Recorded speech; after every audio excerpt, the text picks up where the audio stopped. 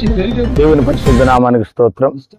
నంద్యాల మహాపట్టణంలో యేసు ప్రభు నామ ధ్యాన మహోత్సవములు మన ఎస్పీజీ గ్రౌండ్ లో మరి 21, 22, 23 తారీఖులో ఏర్పాటు చేయబడ్డాయి. నిజంగా హుబులి మహాపట్టణం నుండి దైవజనులు రెవరెండ్ డాక్టర్ కె గోపులరావు గారు మరి మన ప్రాంతానికి వచ్చి అమూల్యమైనటువంటి వర్తమానాన్ని వారు అందించారు. యేసుక్రీస్తులో ఏ పాపము లేదని, ఆయన ప్రపంచం కోసం రక్తం కార్చాడని, చనిపోయి తిరిగి 3వ రోజున తిరిగి లేచాడని అద్భుతమైనటువంటి మాటలను వారు మరి వినిపించడం జరిగింది. అంత మాత్రమే కాదు, వందలాది మంది ప్రజలు తరలి వచ్చారు, దేవుని యొక్క మాటలు విన్నారు.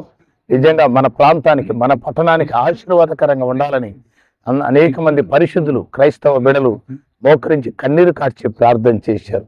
కాబట్టి మీరు కూడా దీనికి సహకరించాలని, మీరు కూడా అర్థం చేసుకోవాలని ప్రభు పెట్టమని చేస్తున్నాం. యేసుక్రీస్తు మతానికి కాదు, యేసుక్రీస్తు మార్గానికి. కారణం ఏమిటంటే పాపంతో చాలా మంది చనిపోతున్నారు.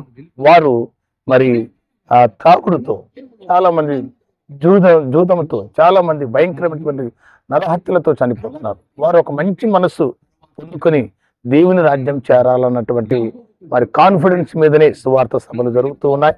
మరి ఆ సభలలో మన టీవీ ఛానల్ వారు వచ్చి, అలాగే పత్రిక వారు కూడా వచ్చి విని వీక్షించి ఈ యొక్క లైవ్ కార్యక్రమంలో వారి యొక్క మా మాటలు తీసుకోవడం జరిగింది. అందులో బట్టి నేను దేవుని స్తుతిస్తున్నాను. వారికి కూడా ప్రత్యేకంగా వందనాలు తెలియపరుస్తున్నాను.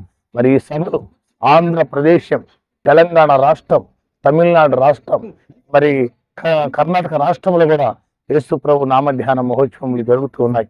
అంత మాత్రమే కాదు, మా మధ్యలో దావిదనుడు దేవప్రేమయ్య గారు, పాస్టర్ జాన్ బెనిహిన్ గారు, అలాగనే మరి అననీయ గారు, అలాగే సహోదరుడు డానీ గారు మా మధ్యలో ఉన్నారు.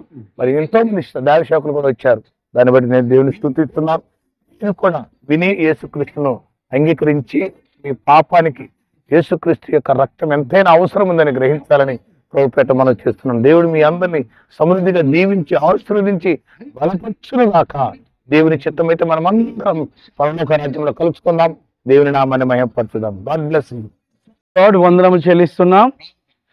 ఈ నంద్యాల మహాపట్టణంలో నిజంగా యేసుక్రీస్తు నామ ధ్యాన మహోత్సవాలు దైవజనులు రెవరెండ్ డాక్టర్ పాలకిషోరయ్య గారు మరి నిర్మించి ఉన్నారు.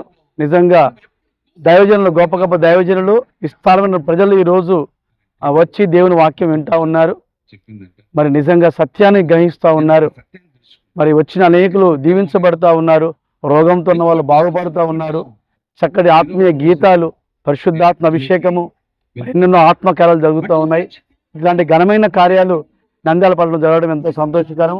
దైవజనులు కిషోరయ్య గారు, పాలకిషోరయ్య గారు ఎంతో త్యాగంతో ఈ కార్యక్రమాన్ని ఏర్పాటు చేసి ఉన్నారు.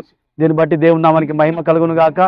మీరు అనేకులు వీక్షించండి, దేవుని దీవెనలు పొందండి. దేవుడి మాటలు దీవించును గాక.